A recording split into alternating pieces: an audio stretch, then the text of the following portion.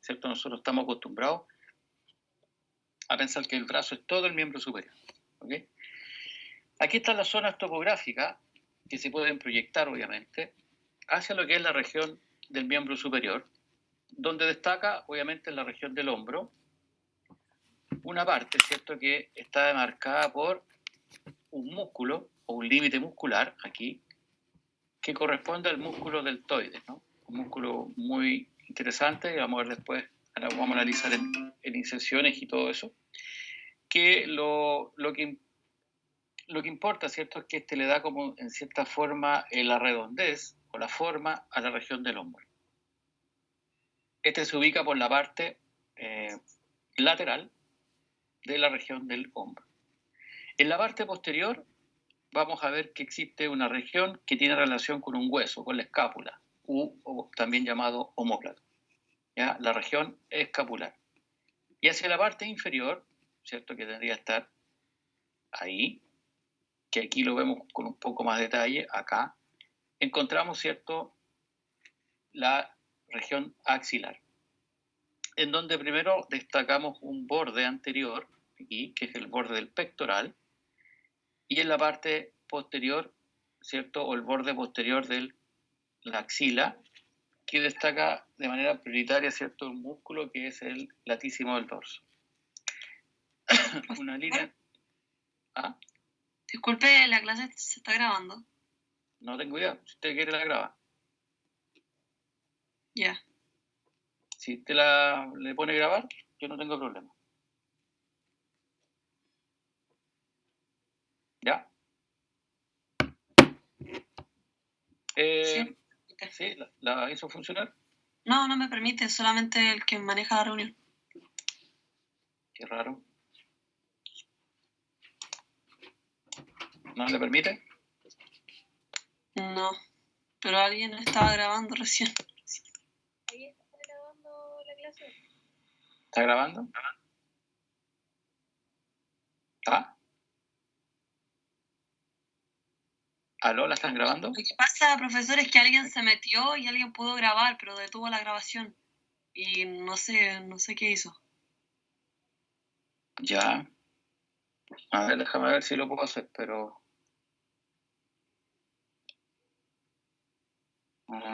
a ver.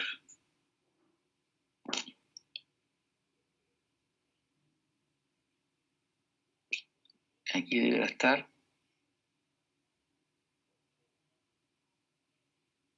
En los 3 puntitos. En los 3 puntitos. Inicio grabación. Ahí está. ¿Sí? ¿Está grabando, no? No dice grabación pendiente, ¿o no? Sí, todavía no está grabando.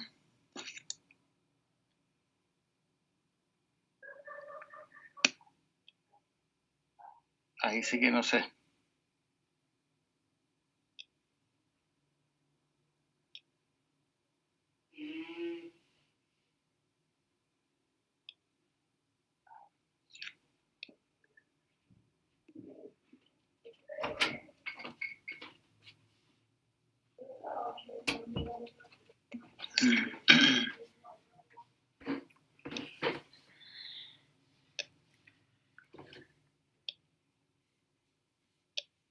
¿Y alguien de ustedes puede entrar y ver?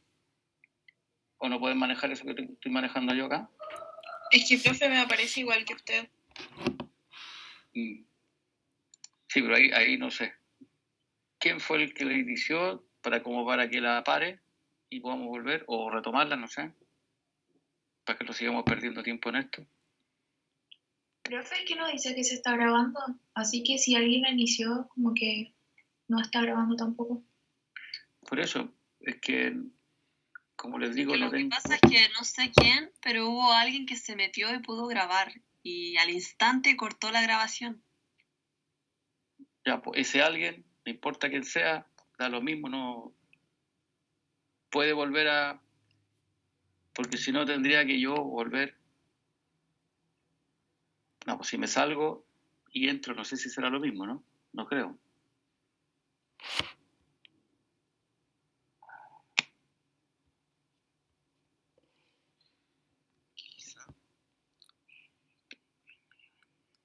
Porque a mí también me sale que está... Hay que iniciar grabación, a ver. Voy a iniciarla. Tampoco.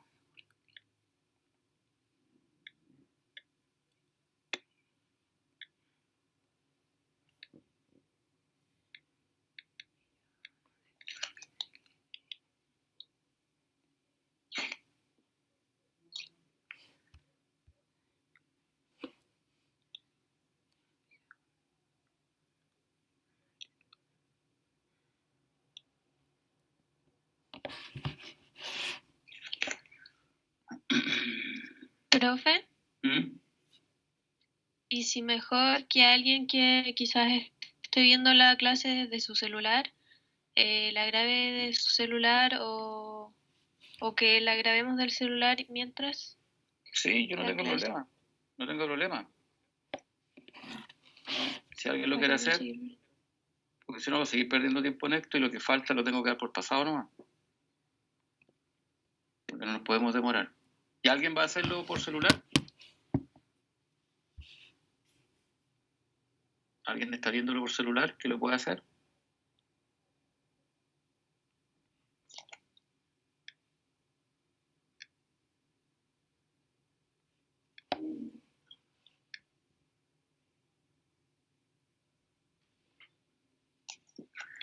Ya, vamos a continuar. ¿Eh?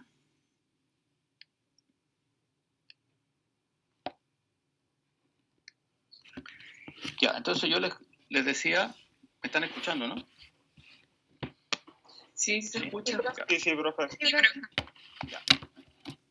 Entonces les decía que estábamos en la región axilar, que corresponde a la región inferior del miembro de la región de hombro, un borde pectoral, ¿cierto?, que está hacia la parte posterior, el borde posterior, ¿cierto?, que tiene el borde de un músculo que es el latísimo del dorso.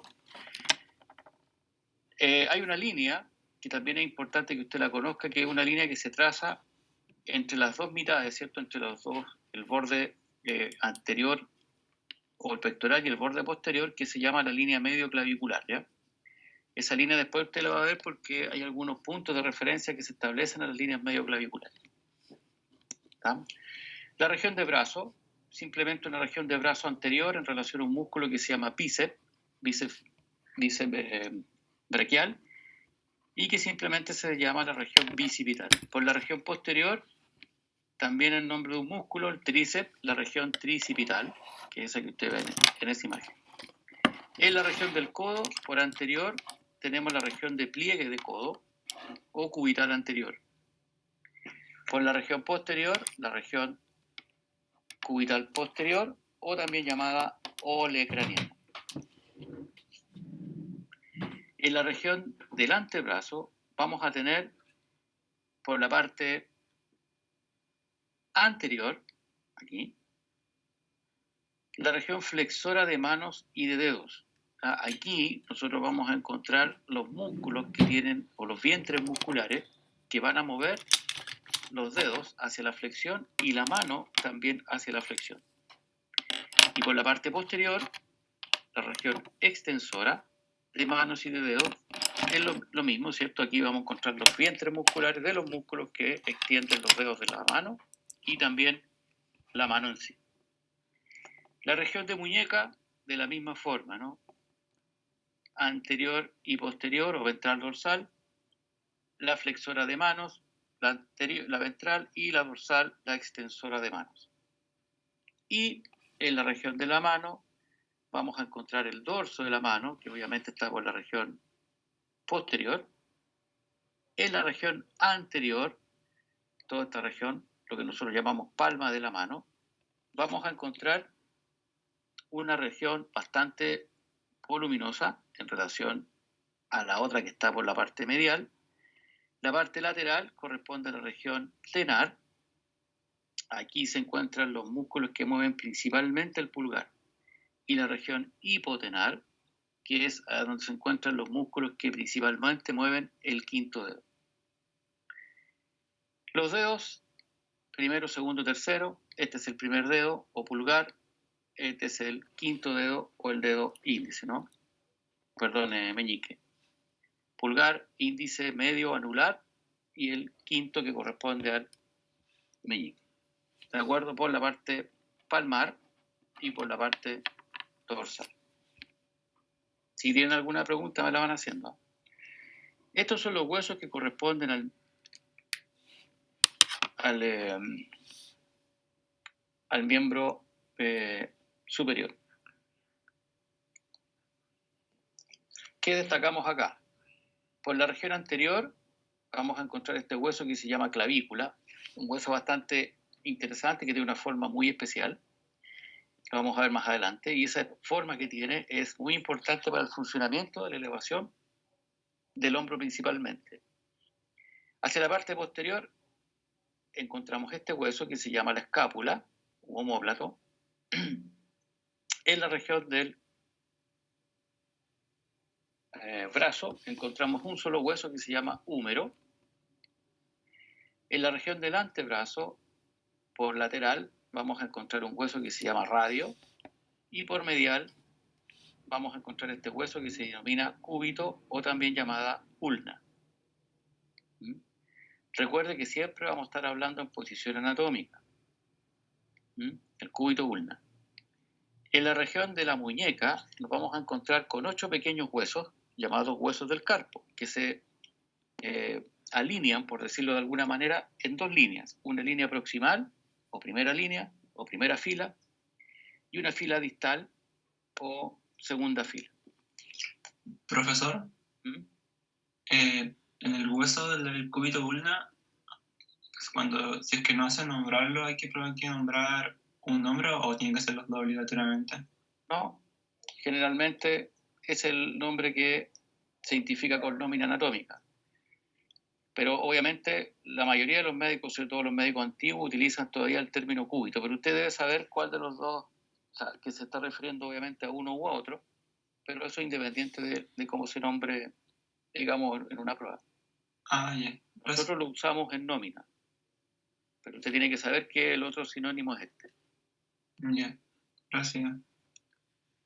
En la región de la mano vamos a encontrar aquí los metacarpianos, que son 5 huesos, ¿cierto?, que están ordenados en la región de la mano, y los dedos de la mano, que se van a organizar en una falange proximal, en una falange media y en una falange distal. 3 falanges por cada dedo, excepto el dedo pulgar, que solamente tiene falange proximal y falange distal. El término falange, falangina, falangeta no es correcto, ¿de acuerdo? Solamente proximal, medio y distal. Esto corresponde a la disposición que va a tener en la región del hombro la clavícula respecto a la escápula. No son 2 huesos que se encuentran en forma paralela, sino que ellos convergen hacia la parte lateral, como vemos aquí, formando un ángulo aproximadamente de 60 grados. ¿Ya? Que este ángulo, lógicamente, puede variar en la medida que yo realice, ¿cierto?, un movimiento de llevar el hombro hacia anterior, que se llama antepulsión, y cuando lleve el hombro hacia la parte posterior, que se denomina retropulsión. No lo confundan con flexión y extensión porque son movimientos distintos. La flexión-extensión es en relación al brazo, en relación al hombro. En este caso solamente son los movimientos que realiza el hombro. Tal cual como lo vemos aquí, ¿eh? Aquí estamos llevando la escápula hacia adelante, por lo tanto estamos en un movimiento de antepulsión, y aquí llevamos la escápula hacia atrás, por lo tanto, que es este, y estamos llevando hacia la retropulsión. ¿Estamos?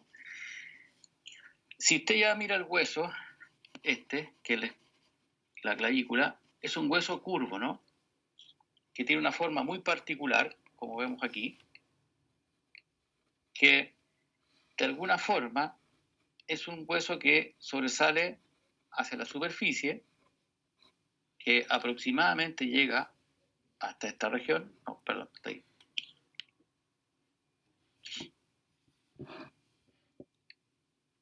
Más o menos hasta ahí llega este hueso. Y si usted se lo pudiese palpar, que es fácil palpar porque tiene una cara superior, que es esta que estoy viendo aquí, que es la que yo veo acá, que es una cara subcutánea. O sea, fácilmente la puedo palpar porque está por debajo de la piel. La cara inferior, que aquí no la veo, ¿no? Pero que debe estar por allá abajo, es más difícil de palpar porque hay una serie de tejido blando que se interpone entre ellos. ¿Ah? Si usted primero se toca este hueso, va a encontrar que en su extremo distal tiene una disposición cóncava y en su extremo proximal va a tener una disposición convexa.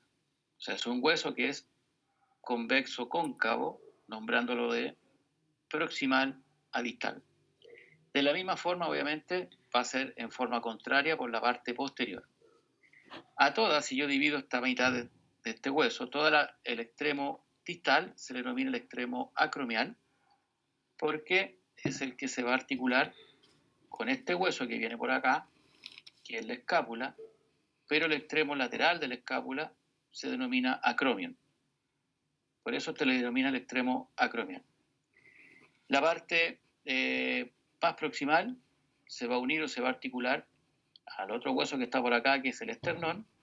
Por ende, a esta cara le llaman el extremo external de la clavícula. Lo importante es entender que este hueso tiene esta forma, como una S itálica, le dicen los anatomistas. Y lo interesante de esta función es que al producir los movimientos de elevación, o los movimientos generales del hombro, esta clavícula se mueve. Si usted, por ejemplo, se toca este extremo lateral de la clavícula y comienza a realizar elevaciones, depresiones, ¿cierto? Lleva el hombro hacia adentro, hacia afuera, va a sentir que la clavícula se mueve, ¿ya? Y lo más probable es que va a sentir que este extremo se mueve de una manera distinta a lo que se pudiese mover el extremo external. Por eso es un hueso que al moverse tiene un cierto grado de torsión, en un extremo hacia un lado, en el otro extremo hacia otro lado. De ahí la importancia entonces biomecánica de entender que una fractura de este hueso no es tan simple como decir, no importa que suelte y no importa que quede deformado. Hasta cierto punto sí, hasta cierto punto no, porque si queda en una posición no muy adecuada, va a intervenir sobre la movilidad normal que va a tener el hombro posterior.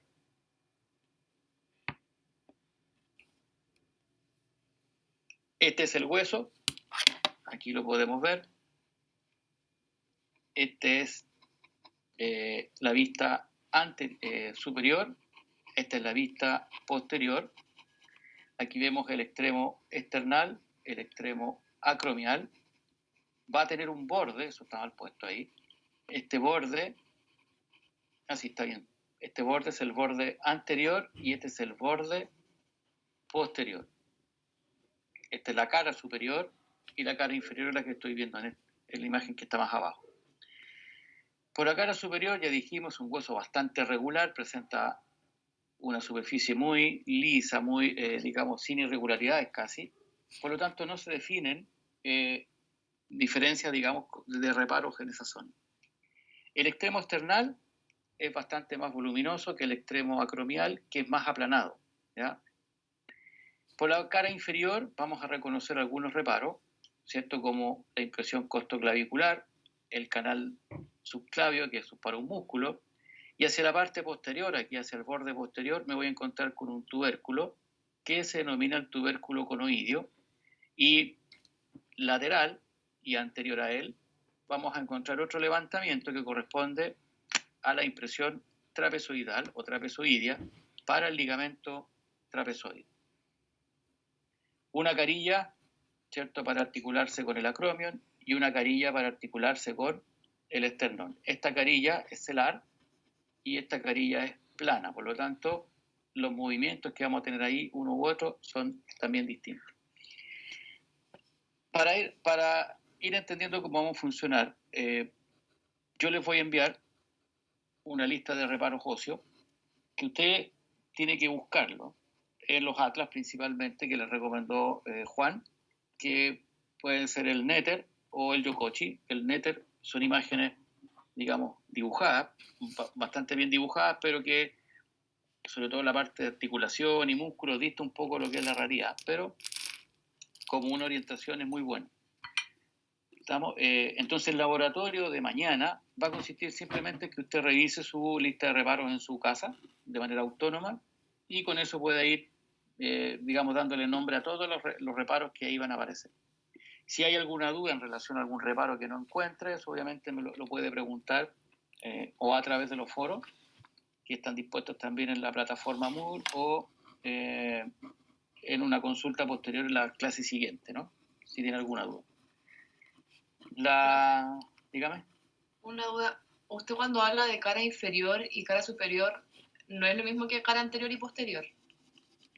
No, porque yo dije que...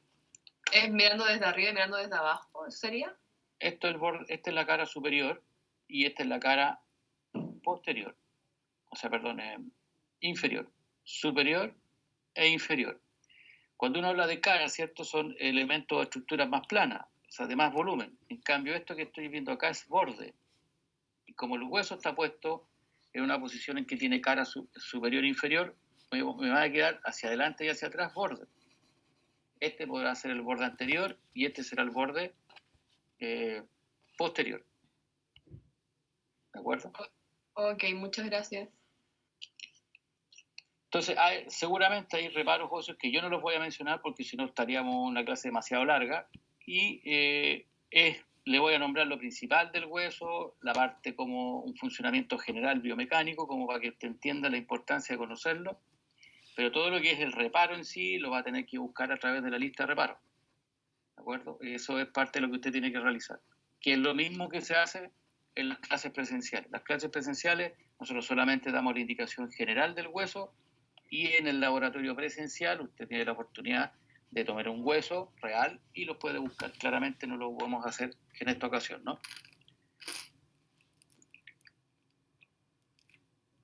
Aquí vemos entonces otra vez cómo se dispone este hueso. Eso es lo que yo les decía, ¿ve? Hasta dónde llega la clavícula. La clavícula no llega hasta la parte más lateral del hombro. O sea, uno no puede pensar que la clavícula va a llegar hasta aquí. La articulación, ¿cierto? Que va a unir, que la vamos a ver más adelante, ¿cierto? La articulación acromioclavicular, que es esa, está en la región anterolateral del hombro. Todo lo que es hacia atrás, entonces, corresponde a la escápula. Aquí está la escápula. La clavícula, del punto de vista de la osificación, se considera como que tiene dos formas de osificarse. El extremo external lo hace desde el punto de vista membranoso y el extremo acromial lo hace desde el punto de vista cartilaginoso. Por lo tanto, es un hueso que entre comillas es mixto, pero aún así este es considerado un hueso plano. Esta mitad plana y esta mitad vendría a ser largo por el tipo de crecimiento que utiliza. La escápula claramente es un hueso plano que tiene una forma más o menos triangular como lo vemos aquí, ¿no? Ahí. Este hueso, vamos a ver que tiene un ángulo superomedial, un ángulo superolateral y un ángulo inferior. Su base se orienta hacia cefálico y obviamente su vértice hacia caudal. Tiene un borde lateral, que es este, que también se llama o se denomina borde axilar, y un borde medial que se denomina el borde vertebral, porque obviamente va a estar en relación a la columna vertebral, que va a estar obviamente hacia el plano medio. Tiene dos caras, una cara ventral y una cara dorsal, que aquí no la estoy viendo claramente, ¿no? La cara ventral, como característica, es mucho más regular, presenta una fosa que se denomina la fosa subescapular, que es todo esto que yo veo en esta región que está acá. Vamos a ver más adelante, ¿cierto?, que esa fosa subescapular, o en esa fosa subescapular se va a encontrar un músculo que lleva el mismo nombre. El borde superior aquí lo caracteriza una incisura, la escotadura escapular superior. ¿Ya? La inferior, aquí no la podemos ver, vamos a ver que está por posterior. También lo que impresiona es un levantamiento que yo lo puedo palpar inclusive. Usted cuando busca la clavícula y por debajo, y aquí en esta pequeña depresión que se forma acá, si usted toca aquí, se va a encontrar aquí, con ese levantamiento que corresponde al proceso coracoideo o el coracoides de la escápula. Puntos importantes porque aquí vamos a ver que hay 3 músculos que se van a originar de esta región que obviamente tienen relación con los movimientos del miembro superior.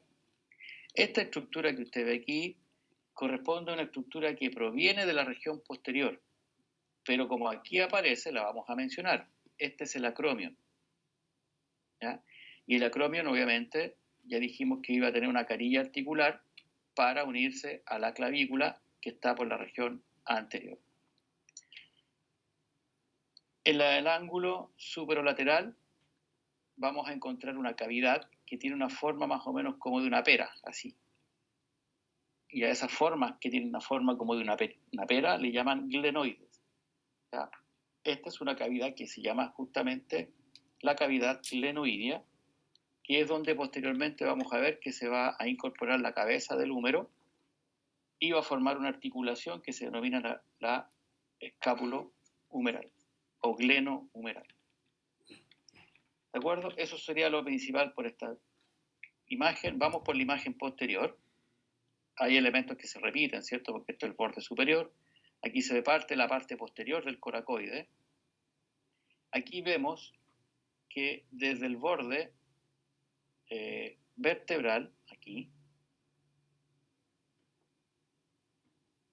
se origina un levantamiento que usted fácilmente se lo puede palpar, que corresponde a la espina de la escápula.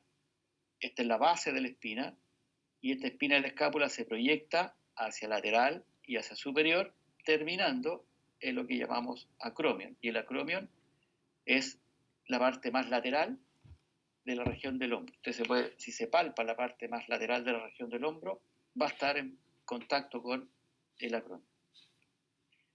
Esta división, ¿cierto? O la aparición de la espina de la escápula me determina, ¿cierto?, que la escápula pueda disponer de 2 fosas. Una fosa que está hacia la parte superior, la fosa supraespinosa, y una que está hacia la parte inferior, que es la fosa infraespinosa, no subespinosa como sale ahí, infraespinosa.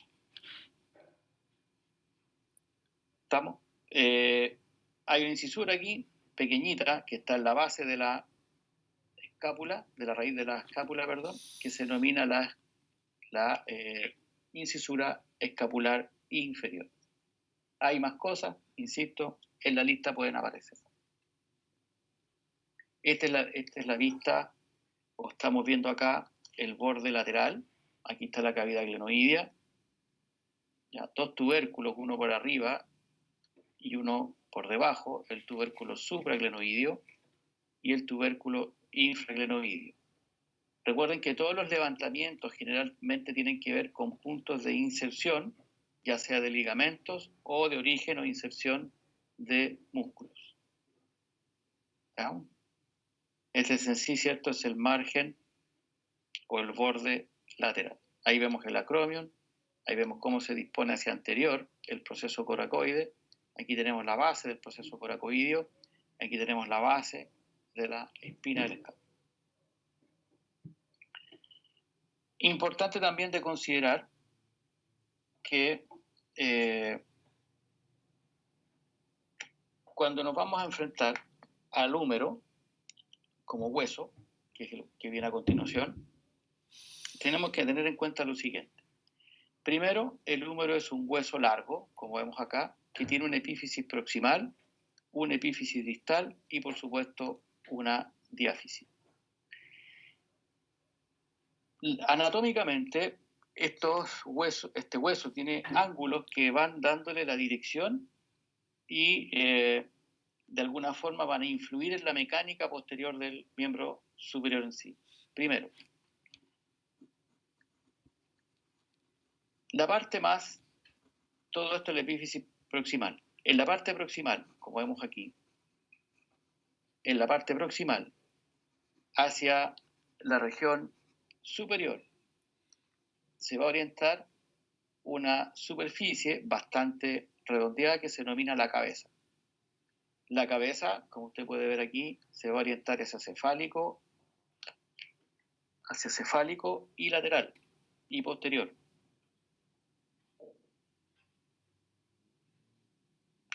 Eso va a tener una importancia para poder determinar un ángulo. Si esta es la cabeza, esta es la diáfisis del hueso, vamos a ver que hay un ángulo que se forma entre la línea media de la diáfisis y la línea media de la cabeza del húmero. Este ángulo se llama el ángulo cérvico-diaficiario, cérvico porque viene, ¿cierto?, de cuello, este es el cuello del húmero y la cabeza, y diáfisis de diaficiario, ¿no? También se le denomina ángulo de inclinación y su normalidad es de 125 a 130 grados de inclinación. Y eso va a tener una importancia para poder determinar la posición que va a quedar el húmero en sí respecto al miembro superior. Otra cosa que también es trascendente es lo que ocurre aquí. Si yo tomo la epífisis proximal y la epífisis distal del hueso, o sea, estas dos epífisis, y las coloco sobre una superficie plana, me voy a dar cuenta que si esa es la superficie plana, y yo en ella coloco paralelo, en forma paralela, ahí la epífisis proximal, tendría que pensar que la epífisis distal va a quedar también en forma paralela, pero no es así. La epífisis distal queda en una disposición oblicua. O sea, si yo dejo paralelo la epífisis proximal, la epífisis distal forma un ángulo. Si yo intento ahora dejar paralela la epífisis distal, claramente la epífisis proximal también va a formar un ángulo. Y ese es el ángulo que se conoce con el nombre del ángulo de declinación. Y eso es importante para entender el grado de rotación que puede tener la articulación del codo en forma fisiológica. Esta es la epífisis proximal y esta es la epífisis distal.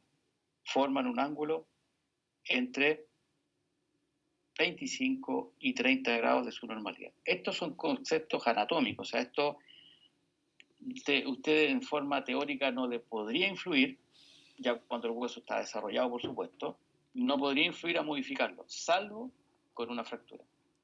Y eso es lo importante que a veces pasa cuando existen fracturas del cuello y cambia la posición del ángulo y quedan de esta forma. Entonces, obviamente, va a repercutir sobre la movilidad del hombro. De la misma manera, si cambia la posición del ángulo de inclinación, ya sea disminuyendo o aumentando, también va a cambiar la movilidad del codo y también de la mano.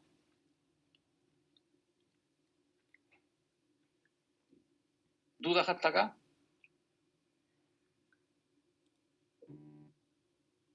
Yo tengo una duda, profesor. Dígame. Cuando estaba hablando del húmero, dijo que la cabeza se encontraba hacia lateral. Hacia lateral refiriéndose... Perdón, ¿la cabeza? ¿Díjese lateral? Sí. Sí. No, es medial. Es medial y cefálico. Ya. Ya eso era. Sí. Ya, muchas gracias.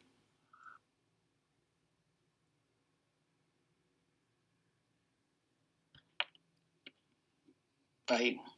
¿Ve? Aquí podemos ver que está hacia medial, porque va a entrar o va a ir en busca de la fosa glenoidea, que la fosa glenoidea, la orientación de la escápula,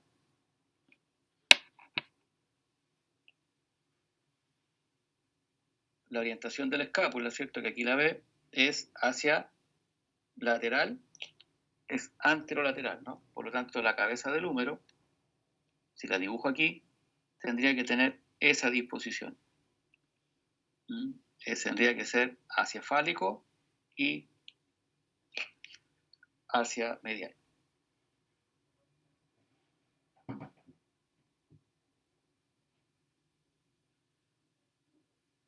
¿Cómo yo puedo reconocer, cierto, que si el hueso que estoy mirando es derecho o izquierdo? Primero, el epífisis proximal, como vemos aquí, En la parte anterior de la epífisis proximal, que es lo que estoy viendo acá, me voy a encontrar con dos elementos que son importantes. Primero, el más lateral de ellos, que es el mismo que yo veo por la imagen posterior, corresponde a una estructura, a un levantamiento que se denomina la tuberosidad mayor o troquíter. Más a medial de él, me voy a encontrar con otro levantamiento más pequeño que se denomina troquín o tubérculo menor. Y entre ellos dos va a aparecer un surco o un canal que se denomina el surco intertubercular o canal bicipital. Esto yo no lo puedo apreciar por la región anterior, ¿lo ve?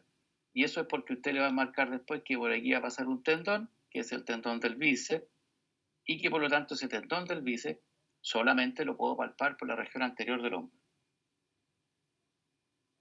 En la diáfisis no hay un elemento muy importante, salvo uno, que es una línea, un surco, que corresponde al surco del nervio radial. Y esto es importante entender que solamente lo puedo ver por la parte posterior. Y eso me determina a mí el punto, ¿cierto?, en el cual el hueso fue torcido. O sea, alguien tomó este hueso, lo torció en ese sentido para allá, y si se lo torció para allá, me tiene que quedar torcido para acá. Entonces ese punto de torsión es esa línea o ese surco que corresponde al surco del nervio radial. Hacia la parte inferior, o a la epífisis distal, hay elementos que son comunes. Pero fíjense en esto. A estos dos elementos que están en los extremos aquí se les llama epicóndilo. Hay un epicóndilo medial y un epicóndilo lateral. Este es el epicóndilo lateral y este es el epicóndilo medial. El epicóndilo medial es más sobresaliente que el epicóndilo lateral. Si usted se palpa sus codos, va a encontrar, ¿cierto?, hacia la parte lateral y medial dos salientes.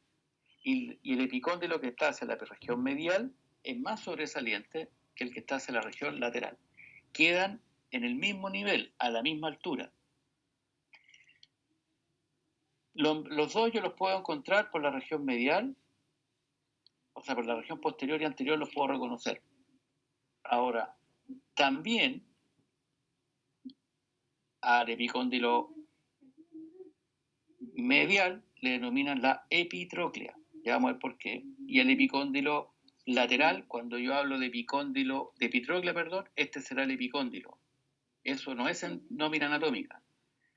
Porque en nómina anatómica vamos a ver que el extremo distal, por epífisis distal, hay una línea que divide en dos y a todo este conjunto le llaman el cóndilo medial y a todo este conjunto le llaman el cóndilo lateral.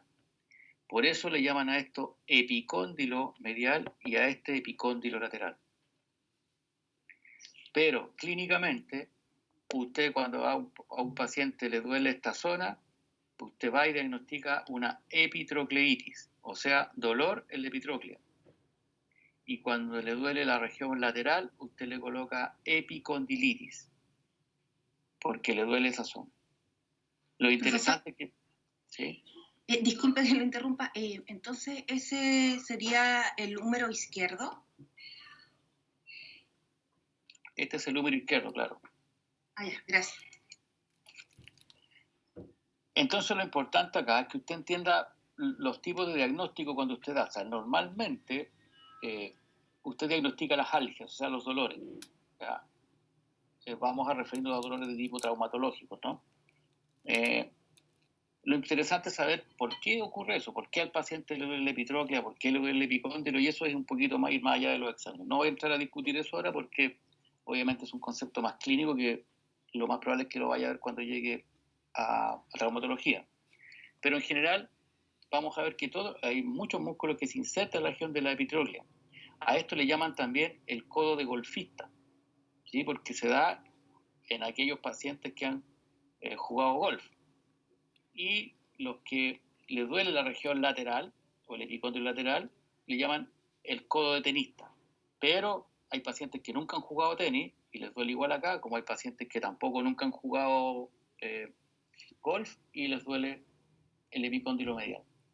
Es más bien por la acción que tiene el deporte que de alguna forma lo asocian. pero tampoco es un indicativo de que si usted le pregunta, ¿sabe usted juega golf? No, entonces no tiene ese dolor. ¿Ya? Otro elemento que es importante acá es esta zona que usted ve aquí. Esta superficie articular es de una forma de una tróclea o una polea. Entonces aquí aparece la tróclea humeral. Lo mismo usted puede ver hacia la región posterior, donde también se ve parte de esa tróclea humeral. Al lateral de la tróclea aparece este levantamiento que se llama el cóndilo o capítulo. Y esta estructura no se puede apreciar por la región posterior. Sobre él aparecen dos pequeñas fosas, una un poco más grande en relación a esta. Esta fosa que se llama la fosa radial, esta fosa que es la fosa coronoidea, y esta fosa que está por la parte posterior, que es la más grande de las tres fosas, que se llama la cavidad o fosa olecraniana.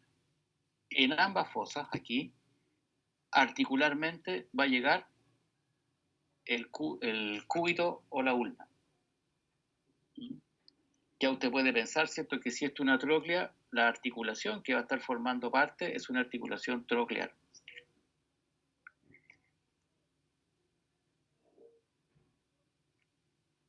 Esto es lo mismo que hemos conversado. Ahí la epífisis proximal vista por anterior, ahí está el surco. Aquí podemos ver hacia el lateral que aparece una impresión ahí. Ese es para un músculo que es la impresión deltoidea, o también le llaman la V deltoidea por la forma que tiene, que es obviamente para el músculo deltoide, ¿no? Está en la parte lateral.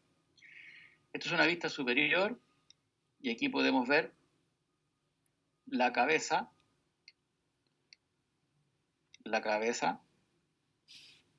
el tubérculo menor, el tubérculo mayor en todo su recorrido, ¿no? Aquí. Y este que corresponde al surco intertubercular. Corredera bicipital, ¿cierto?, que también tiene ese nombre, o canal bicipital.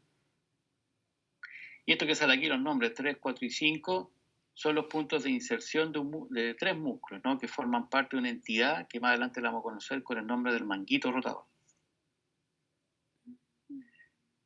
La epífisis distal ya lo hemos conversado, ¿cierto?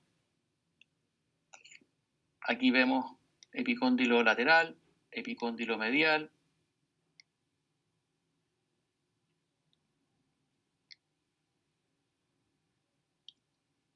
El capítulo cóndilo que queda por lateral, la tróclea, la cresta supracondilar y la cresta supratroclear. Ahí está la fosa radial, la fosa coronoidea, y lo importante es ver aquí en la tróclea, como vemos aquí, la tróclea tiene dos vertientes. Estas son las vertientes, ¿no? Esa y esa es otra, ¿no? Aquí vamos a ver que la vertiente lateral es más pequeña que la vertiente medial. Dicho de otra forma, la vertiente medial es más caudal que la vertiente lateral. Esta es más cefálica, ¿ves? Este es más caudal. Y eso tiene una trascendencia porque es importante para entender la posición en que queda el cúbito otra vez. Al colocar el cúbito en esta posición, el cúbito no va a quedar en esa posición o en la misma línea del húmero, sino que más bien queda en una forma oblicua. Ya vamos a ver la importancia de eso. Así instante, aquí está. Este es el ángulo de Portes, no de deporte, de Portes o de carga. Y el nombre lo indica. Un ángulo muy interesante desde el punto de vista del análisis biomecánico de cómo se comporta el miembro superior cuando usted le ofrece una carga. Ahí vemos, ¿cierto?, la línea del húmero y vemos cómo el cúbito no sigue esta misma línea y lo hace de manera oblicua como yo les había mencionado. Y eso se debe a que la vertiente medial es más caudal que la vertiente lateral. Ese ángulo, que es mayor en las mujeres, aproximadamente entre 10 y 15 grados, y menor en los hombres, ¿cierto? 10 grados a 15, depende de 10 grados, perdón, 10 a 15 en la mujer. Y eso usted lo puede notar. Si usted deja sus brazos colgándose a la parte en posición anatómica, ¿no? Lo deja a los lados de su cuerpo, se va a dar cuenta que forma un ángulo. En el varón es más pequeño y en la dama es mucho más aumentado. Y es lo que nosotros vemos aquí, ¿ves? Aquí vemos un ángulo normal y aquí vemos un ángulo que se alteró, lo más probable producto de una fractura. Lo mismo ocurre acá con las chicas, ¿no ves? Esto es el normal, que sigue siendo mayor que en el caso del varón, pero aquí se ve que está aumentado, ¿ya? Eso puede deberse a malformaciones o también a fracturas.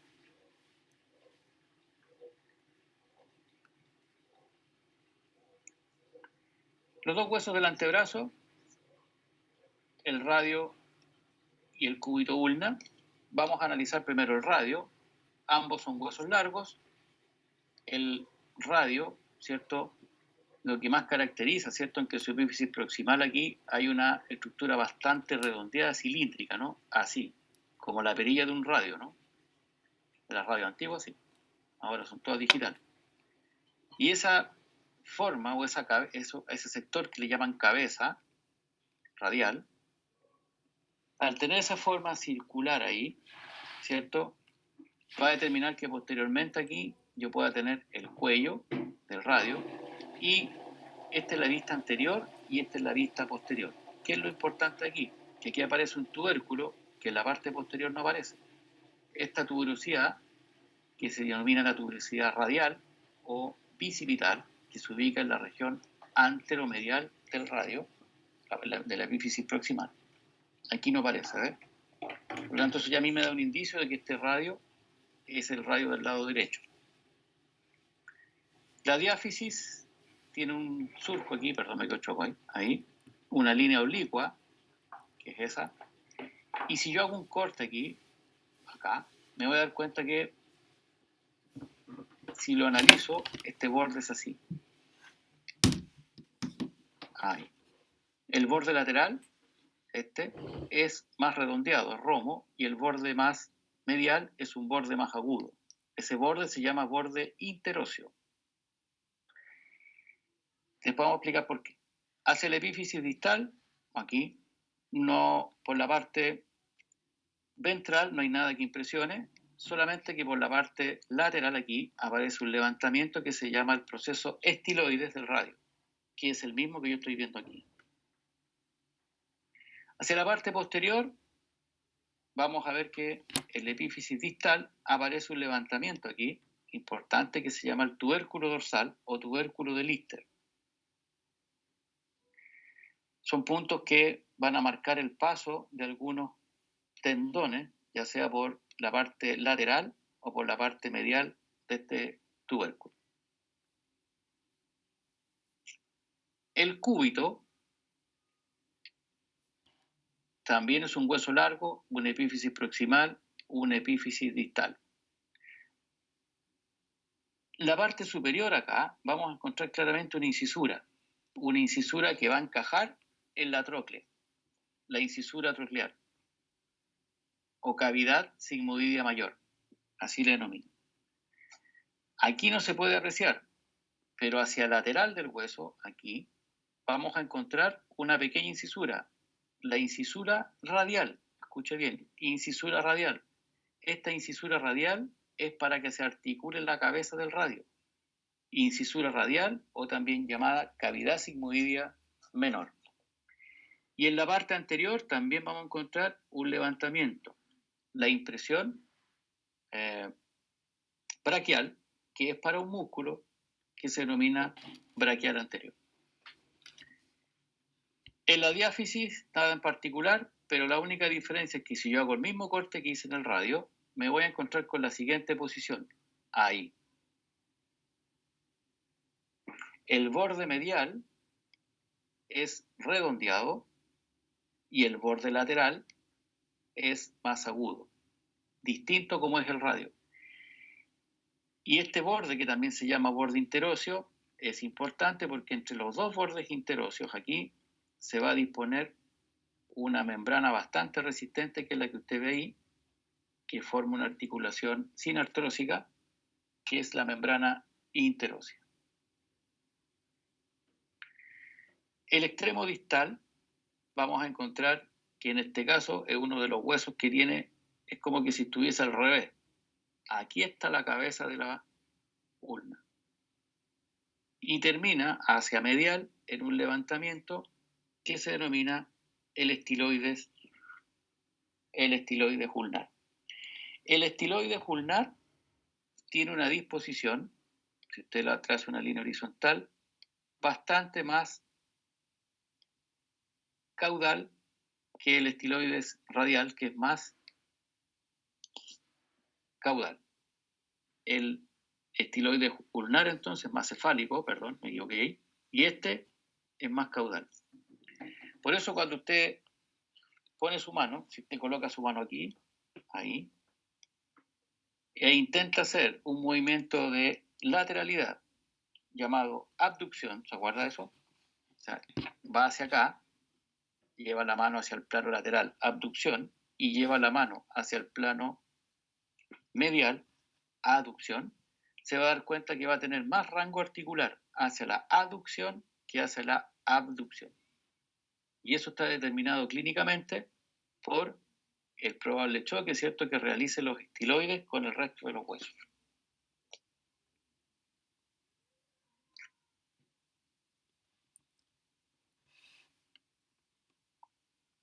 Esto es más de lo mismo, aquí ya lo hemos visto. Lo importante también que hay que entender aquí, que en el radio aquí, en el extremo distal, me voy a encontrar con una carilla articular, que es la que yo veo aquí, esta, que queda dispuesta hacia la parte medial del hueso. A esa carilla le llaman la incisura ulnar porque ahí se va a articular la cabeza de la ulna. Por la parte inferior aquí, ahí, me voy a encontrar con una faceta articular que es para que se articule con los huesos del carpo. ¿Ya? Se las vamos a nombrar después porque hay que ver, pero de alguna forma esta faceta, la voy a dibujar aquí, tiene una forma más o menos así, triangular.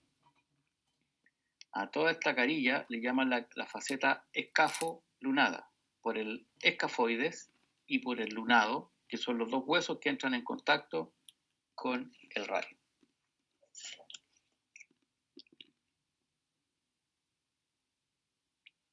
Eso ya lo vimos, ahí aparece la cavidad sigmoidea menor o la incisura radial. Hay más elementos, la cresta del supinador, etcétera, otras cosas más que las van a ver después en la lista de reparos. Y esto es lo que yo les comentaba acá. Esta es la articulación, ¿cierto?, que hace con los huesos del carpo. Este es para el escafoides y este es para el hueso lunado.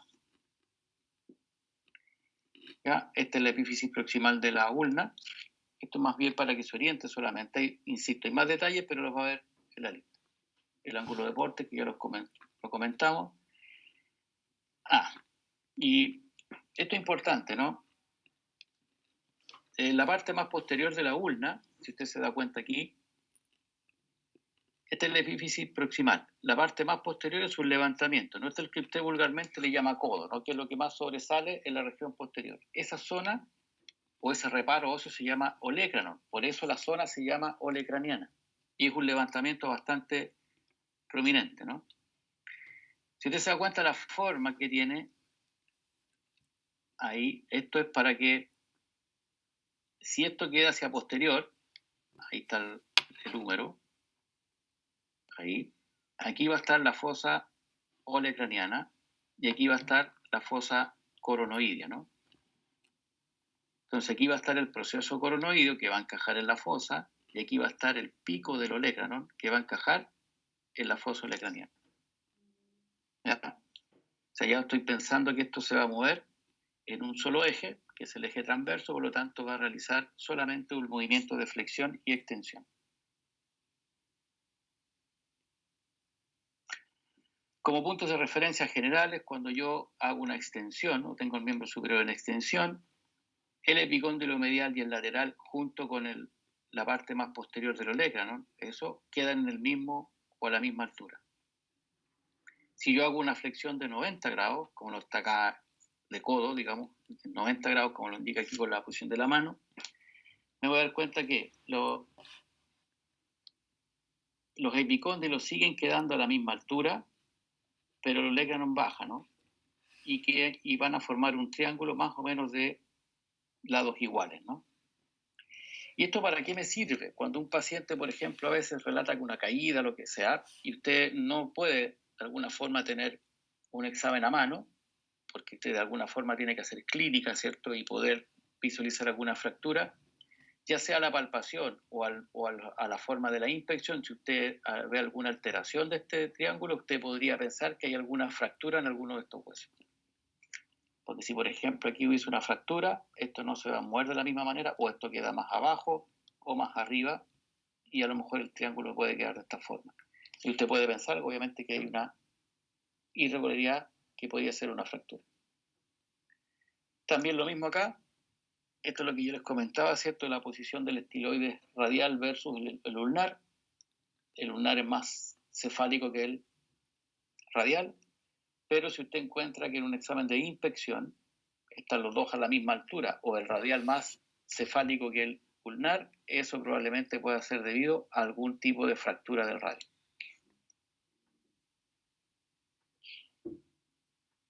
Ahí tenemos la cabeza de la ulna, ahí tenemos el estiloides y aquí vemos la carilla o la faceta escafolunar del radio. Aquí vamos a ver los huesos del carpo. Los huesos del carpo se ordenan en dos filas. Una fila proximal o primera fila y una fila distal. Vamos a cambiar el color. Y una fila distal o segunda fila. De lateral a medial, entendiendo que esto es lateral, ¿no? Veanlo en la forma que tiene acá la mano, obviamente, esto es el pulgar, esto es lateral a medial. En la primera fila, aquí nosotros vamos a tener que ubicar el radio, ¿no? Ahí va el radio, y aquí tendría que estar la ulna. En la primera fila, de lateral a medial, vamos a encontrar este hueso que se denomina escafoides. Medial al escafoide vamos a encontrar un siguiente hueso que tiene una forma como de una semiluna, el lunado o lunatus, o semilunar. Lateral a él vamos a encontrar un hueso que tiene una forma más o menos triangular, el triquetral o piramidal. Hacia ventral del triquetral o piramidal vamos a encontrar un pequeño hueso que tiene la forma como de una lenteja, que se denomina el pisiforme. Se puede reconocer solamente por la parte anterior, por la parte posterior no lo puedo ver. O sea, yo puedo palpar estos 4 huesos por la región anterior, pero puedo palpar solamente estos 3 huesos por la región posterior. En la segunda fila, o fila distal, de lateral a medial, otra vez, el trapecio. Este hueso que tiene forma de un trapecio, ¿ya? Y tiene algo muy particular porque en uno de sus extremos tiene una carilla articular en forma de silla de montar. Eso me determina que la unión del trapecio con el primer metacarpiano acá tendrá que ser una unión en silla de montar. Y esa articulación, que obviamente recibe el nombre de articulación celar o encaje recíproco, es una articulación muy especial porque si usted se da cuenta y mueve su pulgar, es el único dedo de la mano que puede hacer la pinza. O sea, puede enfrentar yema con yema. La yema con el primer, con el segundo, con el tercero, con el cuarto y con el quinto, pero el segundo con el quinto no puede y así sucesivamente entre ellos, por la forma articular. Por eso el dedo pulgar es uno de los dedos más importantes para el movimiento fino de la mano. A medial del trapecio vamos a encontrar otro hueso que tiene una forma muy particular, que tiene una forma como de una bota. Ese hueso se llama el trapezoide. En algunos libros también aparece el trapecio como multiangular mayor y el trapezoide como multiangular menor. A medial del trapezoide, el hueso más grande de los huesos del carpo, el capitado, capitatus o hueso grande. A medial del hueso grande, este que está acá, que también es un hueso bastante grande, pero no tanto como el capitado, que se denomina el amatal o ganchoso. Y la característica de este hueso es que tiene un proceso, que algo se puede apreciar acá, que tiene un proceso aquí, un levantamiento, que es fácilmente palpable solamente por la región anterior, el gancho del ganchoso o el annulus del amatal o ganchoso. Si usted se palpara su mano, se puede palpar por medial y anterior, acá, el pisiforme. Si usted se toca el pisiforme y va en una posición caudal y lateral, o sea, en ese sentido, va a poder palpar el gancho del ganchoso. Un punto de referencia importante para ir reconociendo, porque por ejemplo entre estos dos aquí se va a meter un nervio. Más adelante lo vamos a ver.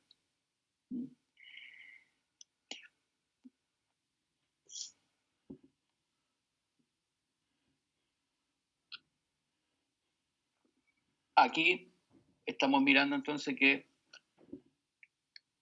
va a estar ocurriendo lo siguiente. Aquí vemos los huesos del carpo por su vista anterior. Aquí podemos ver el pisiforme. Aquí vamos a ver el gancho del ganchoso. Aquí está el triquetral. Ahí está el lunado o lunatus y ese es el escafoide. El escafoide en su parte lateral aquí también tiene un levantamiento. El tubérculo del escafoide. El trapecio, como hueso que está hacia la parte lateral y distal del escafoide, también tiene un tubérculo, un levantamiento, el tubérculo del trapecio. Y estos son importantes porque estos 4 puntos, 1, 2, 3 y 4, o sea, los tubérculos más el pisiforme y el ganchoso, son entidades importantes porque después por ahí cruza una membrana que forma un retináculo.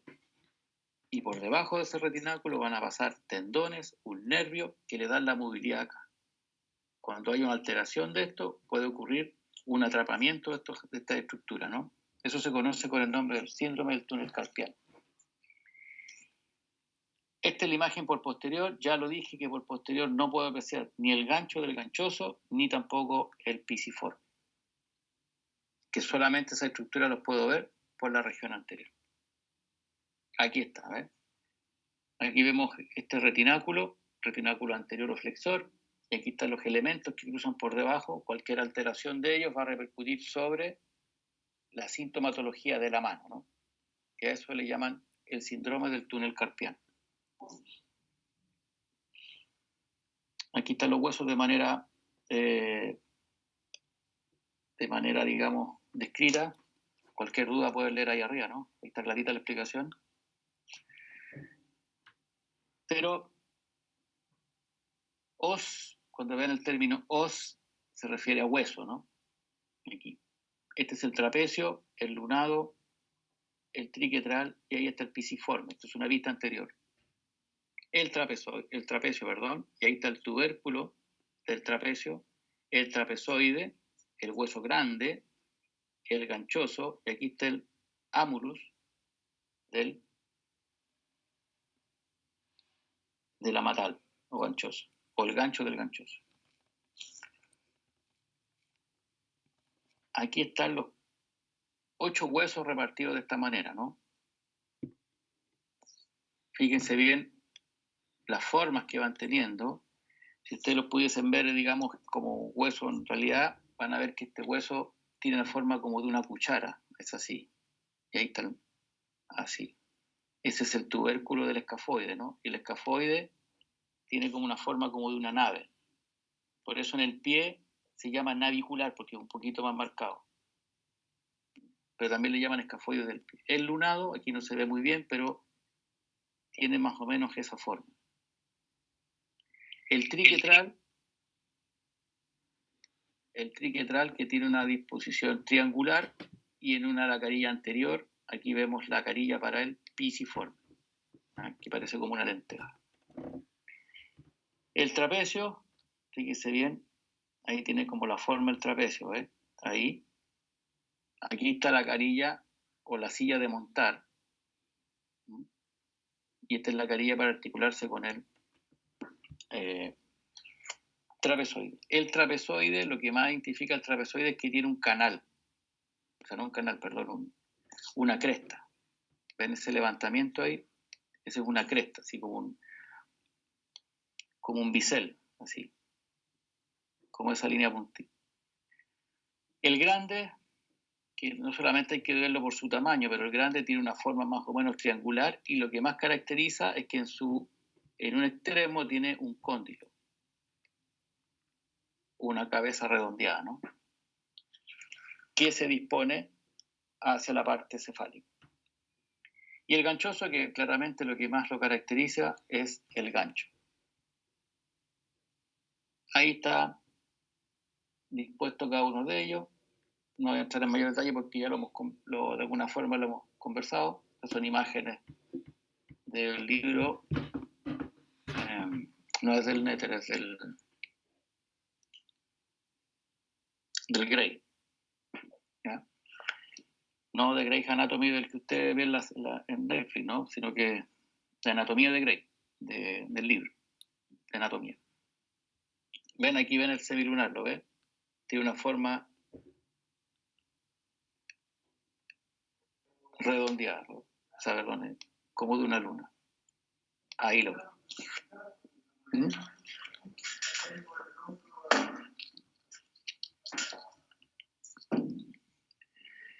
El trapezoide, fíjese bien, tiene la forma como de una bota. Usen la imaginación, ahí está la bota, ¿ves? Esta es como la parte alta de la bota, o sea, si yo lo inclino sería como una cosa así. ¿Ves? Ese es el trapezoide. El trapecio ya lo conversamos, ¿cierto? La forma, y la matal, lo ve el gancho que tiene ahí, o el ámulus. Y ese es el pisiforme. Y el piramidal que tiene forma más o menos triangular. Esta es la base y este es el vértice. Y sobre la cara anterior está la faceta para el pisiforme. Los metacarpianos también son o se deben de reconocer sus diferencias en un sector.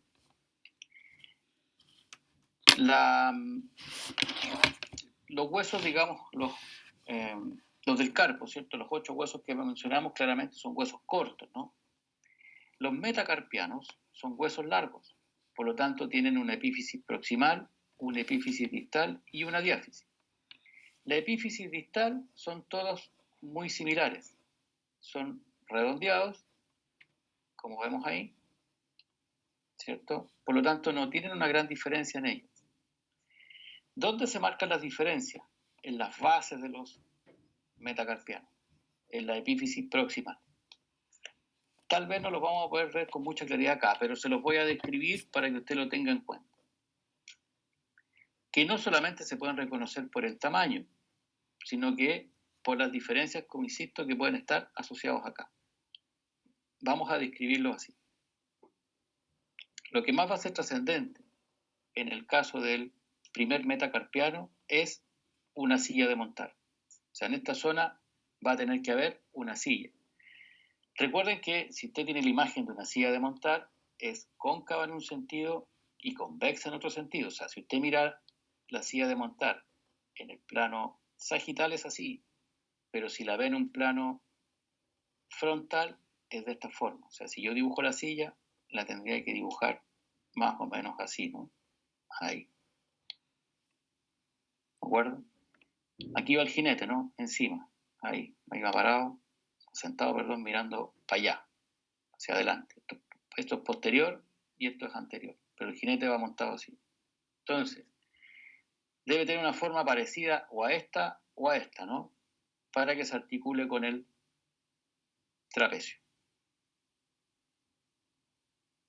El segundo, que se articula con el trapezoide, tiene una particularidad. ¿Se acuerdan que dijimos que el trapezoide tenía una cresta? Entonces el segundo va a tener un canal, un pequeño canal ahí para articularse con el trapezoide. El tercero, en su base, lo que más va a caracterizar es que tiene una saliente, un estiloides, que queda dispuesto hacia la región posterior. Si usted se palpa la región de la muñeca, de los metacarpianos, va a encontrar el hueso grande y va a encontrar inmediatamente que hacia adelante del hueso grande, hacia acá, va a encontrar una saliente de más o menos como de esa forma. Ese es el estiloides del tercer dedo.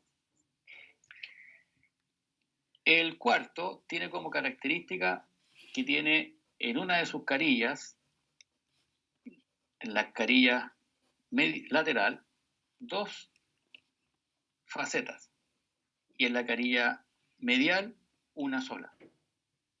Aparte la que puede tener, ¿cierto?, para articularse con el hueso del metacarpo que viene de la segunda fila. Pero estos dos son para el tercero y esta, que es una, es para el quinto.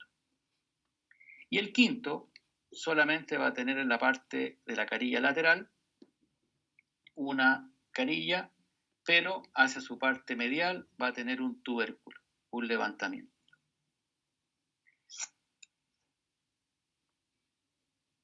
Aquí vemos el trapecio, perdón, el primer meta, ahí está la forma que tiene, ¿cierto?, de la silla de montar. Este es el segundo, y ahí vemos cómo tiene, ¿cierto?, la fosa para encajar con el trapezoide. El tercero, que va a tener el proceso estiloides hacia la parte dorsal, ahí usted lo ve, aquí aparece otra vez, y dos carillas articulares hacia la parte medial, que son para articularse con el cuarto. Este es el cuarto, y ahí tiene las dos carillas en la parte lateral para articularse con el tercero. Y una sola carilla, que aquí no se ve, pero que, no, aquí está, perdón. Esta sola carilla, que es para articularse con el quinto. Y el quinto, que ya lo dijimos que solamente va a tener una sola carilla en su cara lateral para articularse con el cuarto, y hacia su parte medial va a tener un levantamiento solamente.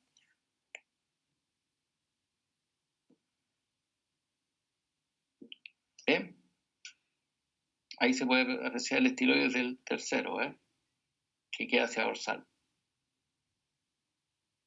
Ahí está la forma de silla de montar para articularse con el trapecio. Espérense, no hemos terminado. ¿Qué es importante de considerar acá? Las falanges también van a tener una característica. ¿Cuáles van a ser? A pesar de que son huesos pequeños, si usted lo mira son bastante pequeños, son considerados huesos largos por su forma, ¿no?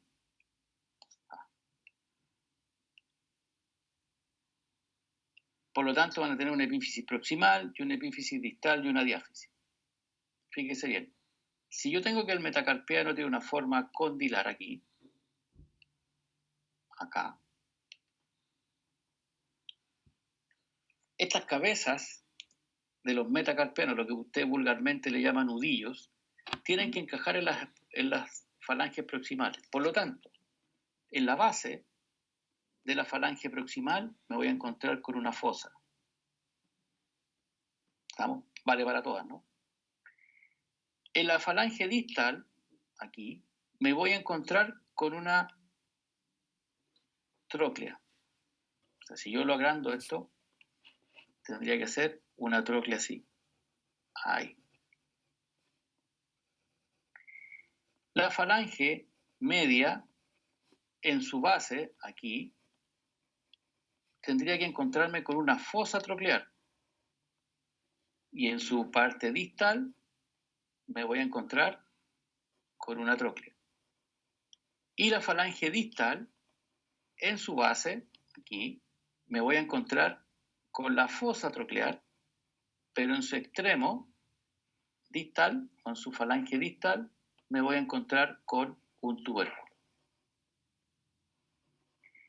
Esas son las diferencias generales que tienen digamos, estos huesos, la falange. Por supuesto, tiene una cara que es ventral y una cara que es dorsal, que obviamente aquí no la veo. Bien, preguntas sobre esto.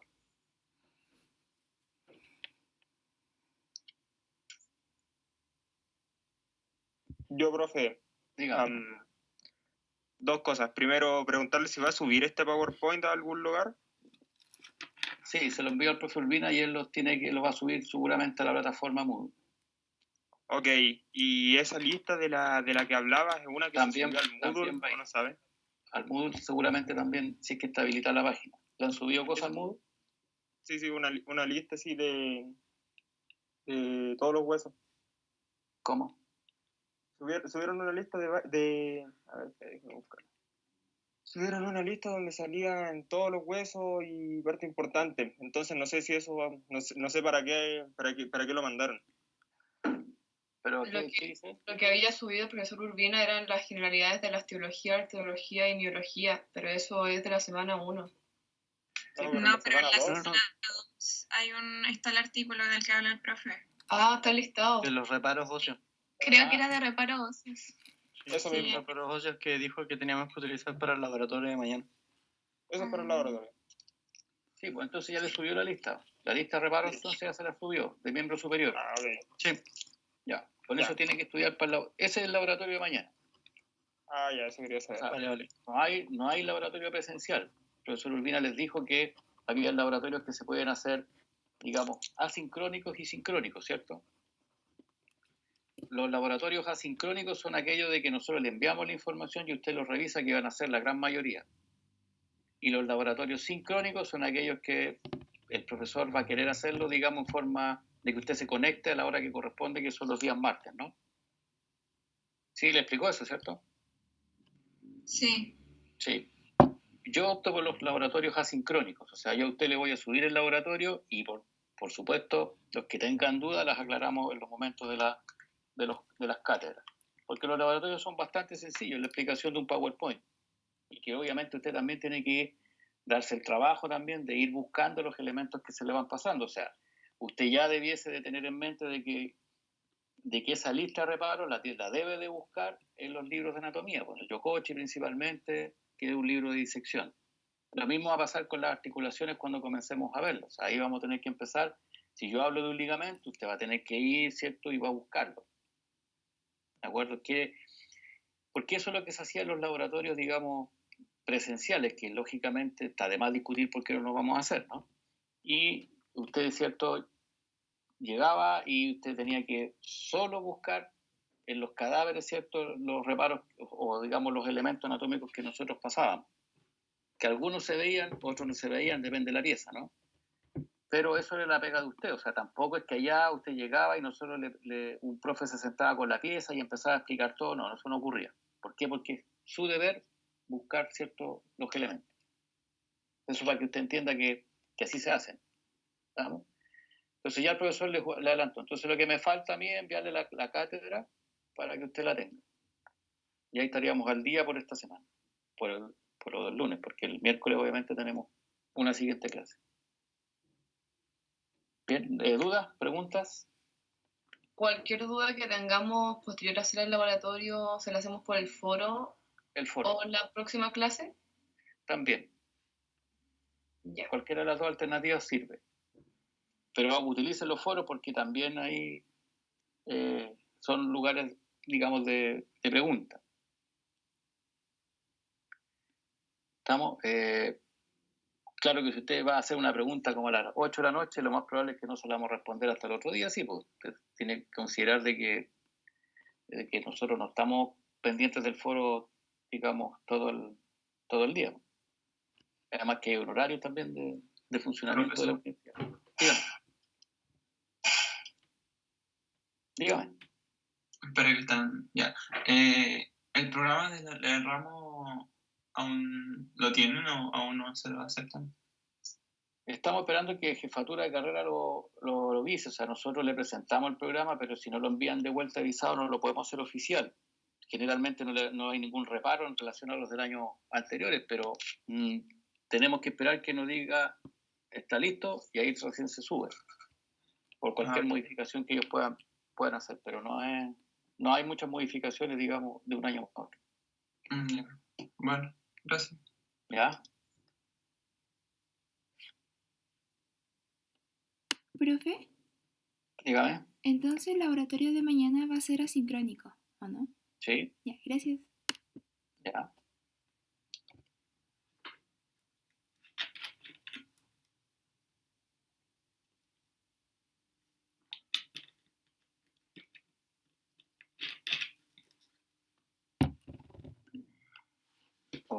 Lo puedo conectar.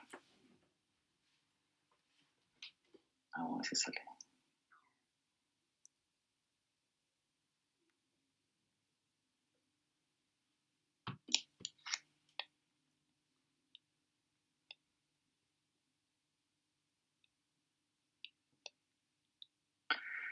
Algo pasa aquí.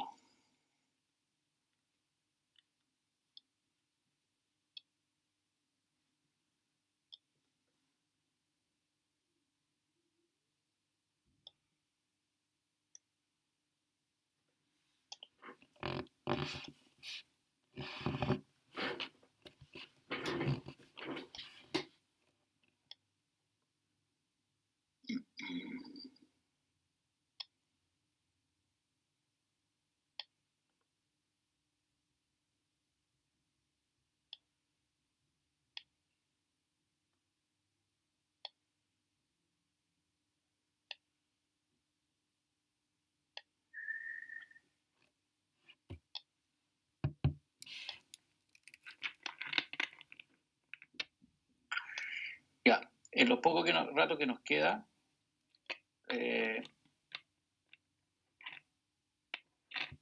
está la cuestión aquí? No puedo.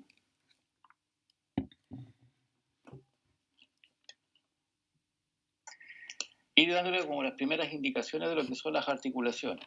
¿Estamos? Últimos 5 minutos para poder avanzar algo. La astrología de miembro superior, obviamente, lo primero que nosotros tenemos que entender es que el hombro se habla de un complejo articular. Y este complejo articular se refiere a varias articulaciones que de una u otra forma van a participar dentro de lo que es la movilidad del hombro. Y para eso se considera una primera articulación. ¿Me están escuchando, cierto? Sí, pero sí. Aquí estamos. Ahí están, qué bueno. Esta articulación, cierto, que es la primera y la única articulación que une el esqueleto axil con el esqueleto apendicular superior, es la articulación llamada esternoclavicular. La otra articulación es esta articulación que se denomina acromioclavicular, entre el acromion y la clavícula. Una siguiente articulación que es la llamada articulación glenohumeral. Toda esta articulación que se le llama glenohumeral o también le llaman articulación escápulo-humeral. Hay otra articulación que se llama así, pero la verdad no es una articulación, es una una pseudoarticulación, que es la articulación o la unión que hace la escápula con el tórax, que es esa. ¿Y por qué yo la nombro como articulación? Porque desde el punto de vista funcional es muy importante que la escápula se mueva en relación al tórax. Si usted puede ver a una persona, ¿cierto?, por la parte posterior, obviamente sin digamos, la polera, y le pide que levante el brazo, se va a dar cuenta que la escápula se va a mover. Si yo, por ejemplo, tengo la escápula acá y le pido a la persona que haga ese movimiento, la escápula va a tener un movimiento también de ascenso y descenso, un movimiento que se llama báscula. Entonces, ese movimiento se realiza en ese plano, pero no hay ninguna articulación. No hay cápsula sinovial, no hay medios de unión, no hay nada que lo describa como una cosa anatómicamente del punto de vista de la articulación. Lo que hace es que simplemente la escápula desliza sobre el tórax y eso se considera una articulación. Lo mismo que para algunos esta articulación, la subacromial, que en el fondo es el espacio que deja el acromion versus la cabeza del húmero, para algunos también es un espacio funcional. Pero anatómicamente son estas tres articulaciones las importantes, ¿no? Funcionalmente, esta es la también importante. Esta no tanto. Se los comento porque el hablar del complejo articular del hombro hablan de todas estas articulaciones. Por lo tanto, cuando usted a un paciente evalúe el hombro, no es solamente la articulación glenohumeral, debe de evaluar la esternoclavicular, la escapulotorácica y también la acromioclavicular. ¿De acuerdo? De acuerdo a los ejes de movimiento de la glenohumeral o del hombro en general, yo voy a tener movimientos, ¿cierto?, que van hacia el plano. Ahí yo tengo el eje, ese es el eje transverso, por lo tanto se mueve hacia la flexión y la extensión, ¿sí? Este es el eje sagital, que me va a mover hacia la abducción y la aducción. Y ese es el eje vertical, que me va a mover hacia la rotación medial y la rotación lateral. No es correcto hablar de rotación interna o externa, ya sabemos porque esos son conceptos referidos a cavidad. ¿De acuerdo? Para que no se confunda con eso. Cuando yo hablo de movimiento de antepulsión, es todo el complejo articular del hombro que se desplaza hacia anterior y retropulsión hacia posterior. Elevación es cuando todo el complejo articular del hombro se eleva y depresión cuando baja. ¿De acuerdo? Bien. Vamos a quedar hasta acá. Eso quería darles como un inicio. En las próximas clases que va a ser el miércoles vamos a empezar a hablar de las articulaciones en sí. Vamos a hablar de los ligamentos, de los movimientos. No vamos a pasar el detalle. ¿En qué sentido? En que todo lo que se refiere a la inserción de los ligamentos, eso queda por parte de ustedes. Solamente se da la generalidad y el aspecto funcional, insisto, porque es importante que eso ustedes lo vayan aplicando. No saben nada con aprenderse de memoria las cosas si no las aplican desde el punto de vista funcional. Porque si no, no van a poder evaluar. ¿De acuerdo? ¿Alguna pregunta, muchachos, hasta acá? Para poder, o pregunta final, o sugerencia, duda. Profe, entonces quedamos atentos al PowerPoint de osteología. ¿Al de ahora? A que lo suban a Moodle. Sí, vamos a subir este Power, pero hay una cosa importante.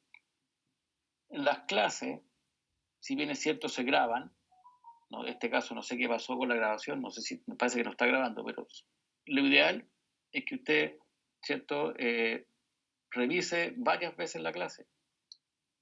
Los PowerPoint a veces son solo fotos, son 2 o 3 palabras que no explican mucho. Por eso es importante de que usted insista en revisar bien el PowerPoint, en la clase en sí. Esta vez claramente no lo va a poder hacer porque pareciera ser que algo falló en la grabación. Pero en las que vienen a futuro, haga eso, ¿ya? Pero se los vamos a subir. ¿Preguntas, dudas? No, ninguna. Ya. Entonces, muchachos, nos vemos el día miércoles. ¿Ya? Que estén muy bien, que tengan un lindo día. Gracias, Gracias, igualmente. Igualmente. Gracias, profe.